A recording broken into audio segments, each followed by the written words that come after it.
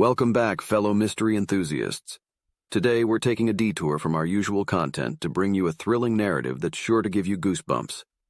Imagine a peaceful lake, a group of high school seniors, and a weekend retreat that turns into a nightmare. It's a tale of friendship, fear, and a shocking revelation that will leave you questioning everything.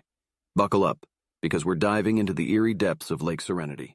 Sunlight poured over the Whitfield High seniors as their bus rumbled to a stop.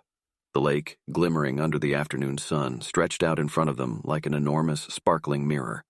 The surrounding woods stood tall, a halo of calm and tranquility.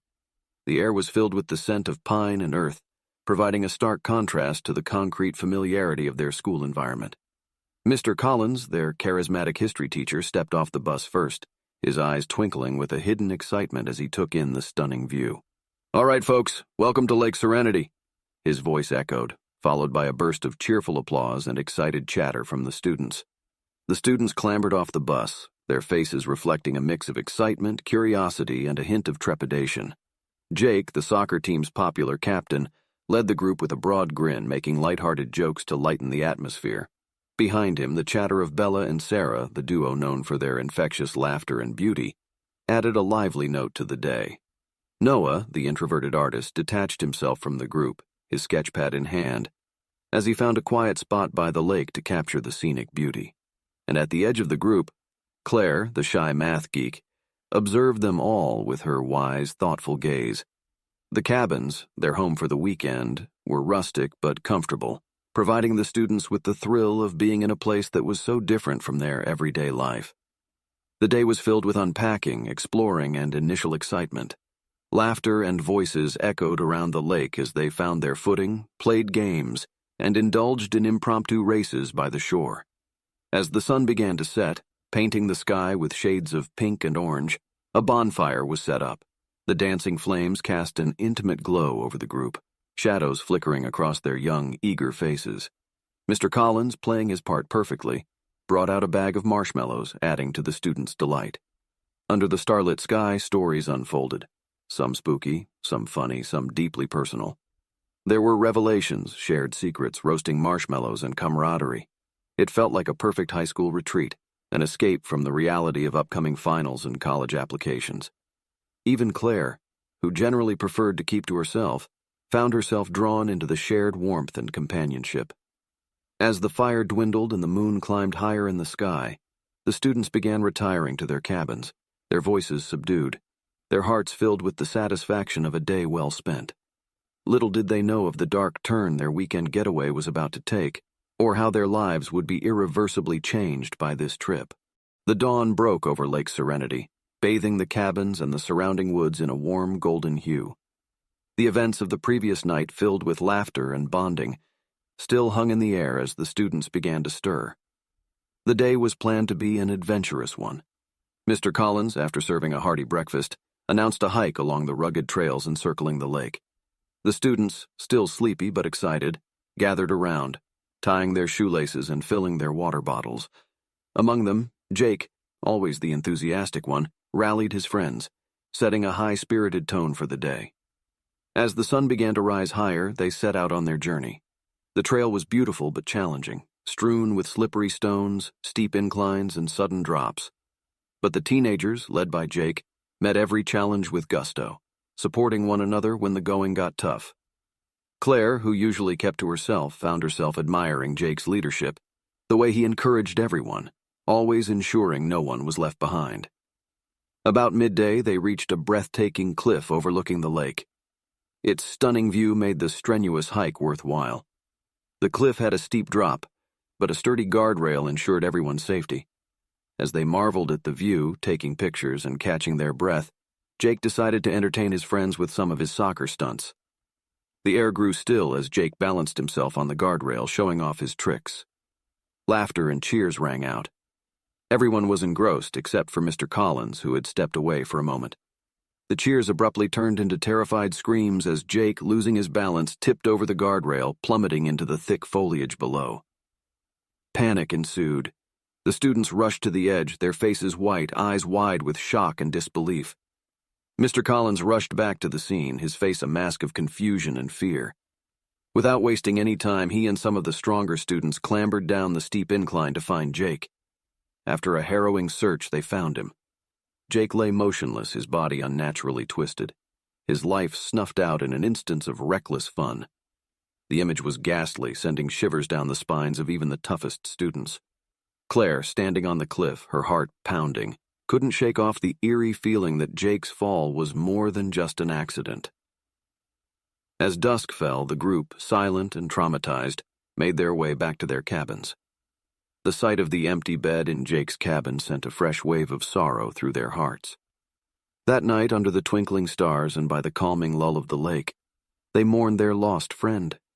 Their laughter from the previous night a distant memory. Little did they know that this was just the beginning of their nightmare. The third day dawned with a sense of surreal stillness.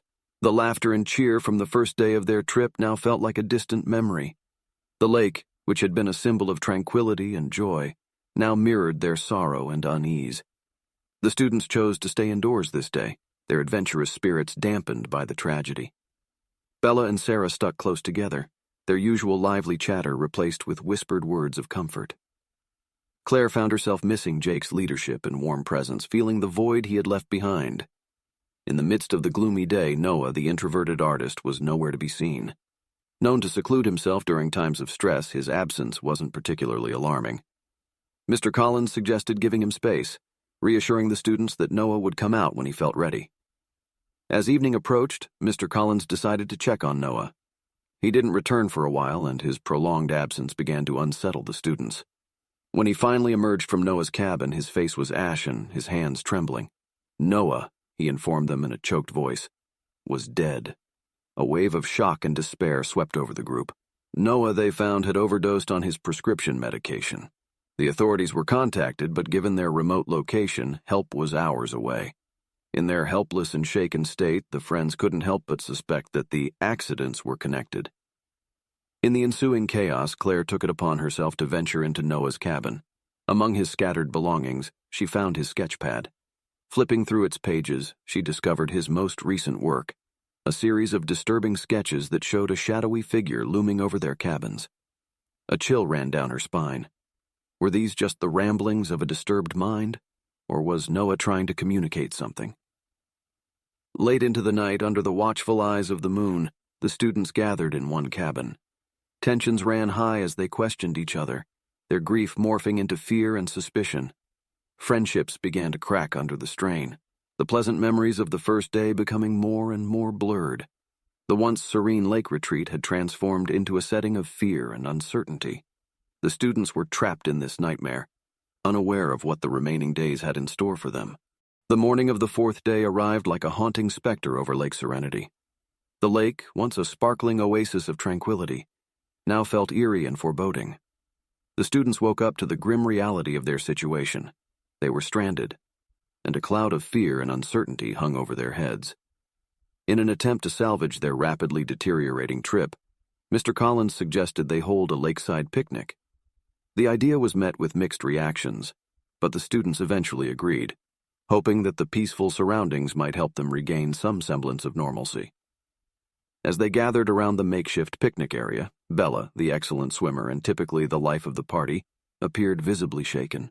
She was uncharacteristically quiet, her eyes distant. However, in an apparent effort to shake off her unease, she proposed a swim in the lake. The water was calm, reflecting the cloudless blue sky above. Bella dove in, her graceful strokes cutting through the clear water. The others followed, their laughter and splashing offering a welcome distraction from the gloom that had settled over their trip. However, the lightness of the moment was short-lived. Midway through her swim, Bella went under and didn't resurface. Alarmed, Sarah called out to her, but there was no response.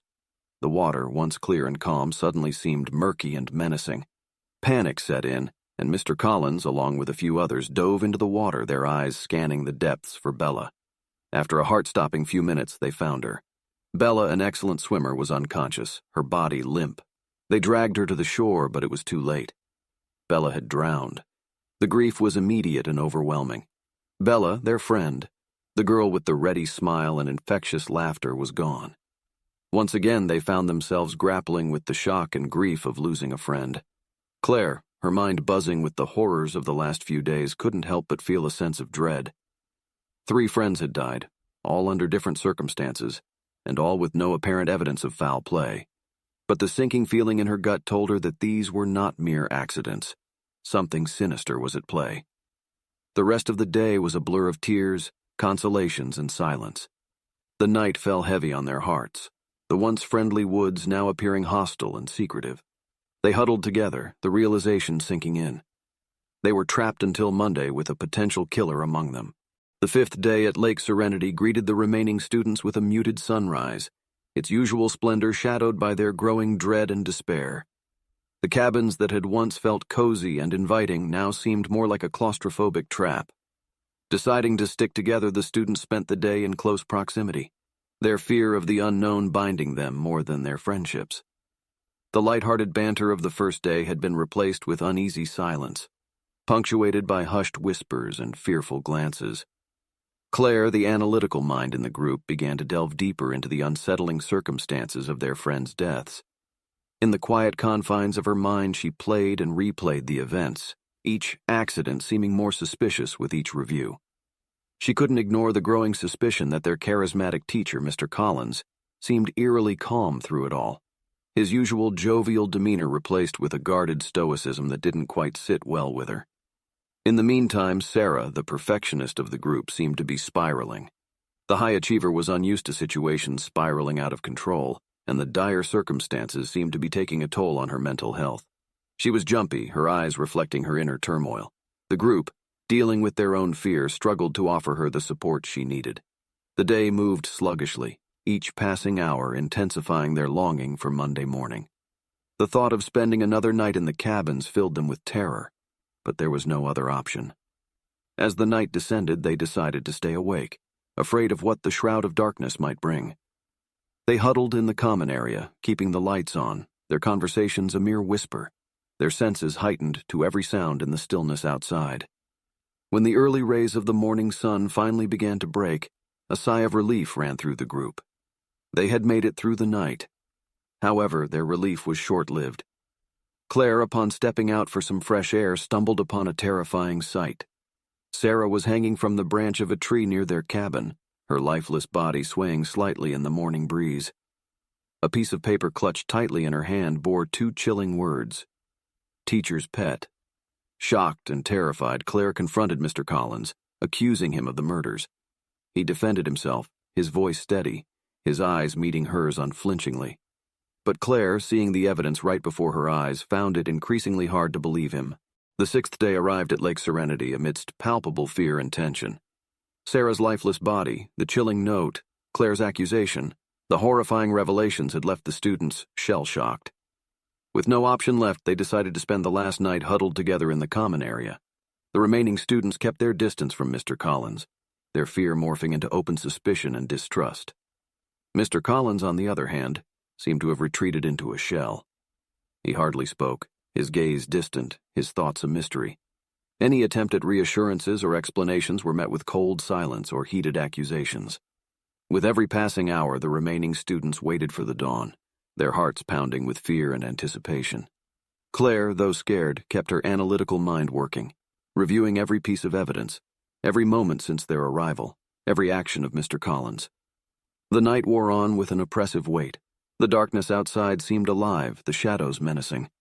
The usually soothing sounds of nature now seemed like whispers of threats, making everyone jumpy.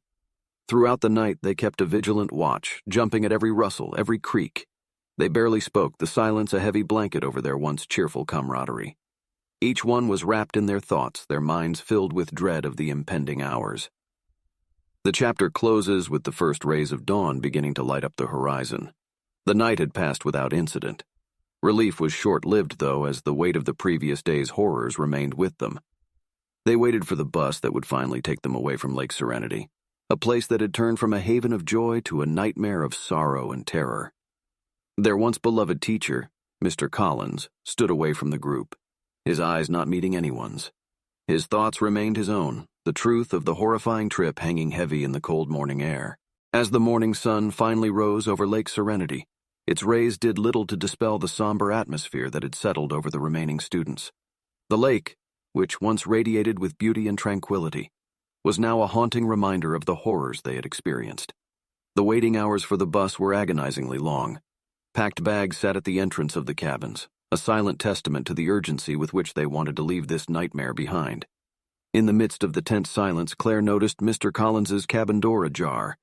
Curiosity getting the better of her, she decided to sneak in, hoping to find anything that might further support her suspicions. In the cabin, she found a corner filled with old keepsakes. Among them was an old yearbook from a school Mr. Collins had previously taught at. The pages, yellowed with age, revealed a shocking truth. Jake, Noah, Bella, and Sarah had attended that school as well. They were part of a prank gone horribly wrong, which had resulted in the death of a young girl. The girl was none other than Mr. Collins's daughter. With evidence and motive in hand, Claire confronted Mr. Collins. He crumbled under the weight of his guilt, his facade of calm shattering. With tears streaming down his face, he confessed his revenge plot, a chilling admission that sent shivers down everyone's spine. The bus, a beacon of rescue and escape, finally arrived. The students climbed aboard, their hearts heavy with the loss of their friends and the shocking revelations. Mr. Collins, once a figure of trust and respect, was left behind, awaiting the authorities who would take him into custody. As the bus drove away from Lake Serenity, the students left behind a weekend they would never forget. Their lives changed forever. The trip, meant to be a joyful retreat, had turned into a horrifying survival test, revealing the disturbing lengths to which grief and revenge could drive a person. The story ends with the bus fading into the distance, the silence of Lake Serenity echoing the chilling events of the past week. The tranquility of the lake, forever marred by the horrifying events, stood as a solemn reminder of the darkness that had descended on their lives. Wow, what a roller coaster of suspense and emotion. We hope you enjoyed this thrilling journey to Lake Serenity as much as we did. Remember, sometimes the most serene places hide the darkest secrets. If you enjoyed this chilling tale, don't forget to hit the like button and share it with your fellow mystery lovers. Be sure to subscribe and click the notification bell so you won't miss our next adventure. Until then, keep the mystery alive.